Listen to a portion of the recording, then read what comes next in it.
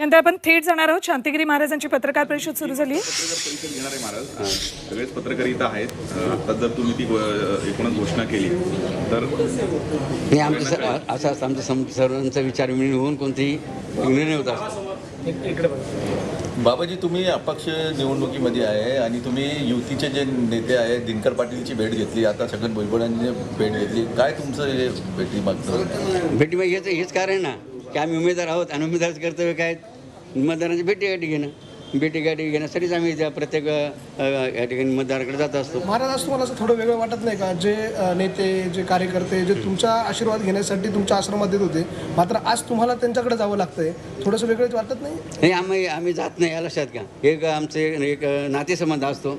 मग दिनकर पाटील असेल, मग आपले भुजबळ साहेब असतील, आमचं अनेक दिवस नातं आहे. आमच्याला नातं असल्यामुळे आम्हाला तर काही संकोच वाटत नाही आणि म्हणून त्यासाठी आम्ही त्यांची भेट घेत असतो. काल आपण औरंगाबाद संभाजीनगरला काही यांची उमेदवारांची भेटी घेतली, काही चर्चा झाली. बाबांनी भेटी केली तेच बघा. या ठिकाणी बाबांचा दरबार सर्व ठिकाणी धर्मपीठ आहे आणि या बाबांच्या दरबारामध्ये सर्व असतात. त्याप्रमाणे मग त्या संभाजीनगर सर्व उमेदवार बाबाच्या भेटीसाठी तिथं वेरून आले होते. मुख्यमंत्री एकनाथ शिंदेंनी अशी अपेक्षा व्यक्त केली तुमच्याकडनं की धर्मपीठ हे जे आहे ते महाराजांनी सांभाळायला हवं, त्यांनी राजकारणात येऊ नये असं देखील त्यांनी वक्तव्य केलं. तुमचं काही बोलणं झालं होतं का सगळ्याच्या संदर्भात, किंवा त्यांच्या या वक्तव्याकडे कसं बघता? नाही, त्या संदर्भामध्ये विषय असा या ठिकाणी आहेत की आमच्या सर्व भक्त परिवाराने पहिल्यापासून निर्णय घेतलेला आहे की आणि एक नाराजसुद्धा दिलेला आहे की लढा राष्ट्रहिताचा आणि संकल्प शुद्ध राजकारणाचा. आणि त्या माध्यमातून सर्व भक्त परिवाराने निर्णय घेतला यावेळेला लढायचं आणि जिंकायचं.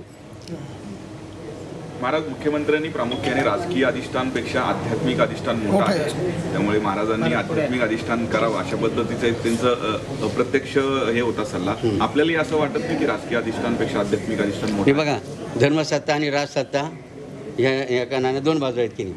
आणि म्हणून राजसत्तेवर धर्मसत्ता अंकुश असावा. मात्र धर्मसत्तेमध्ये राजसत्तेने काय करू नये, राजसत्तेने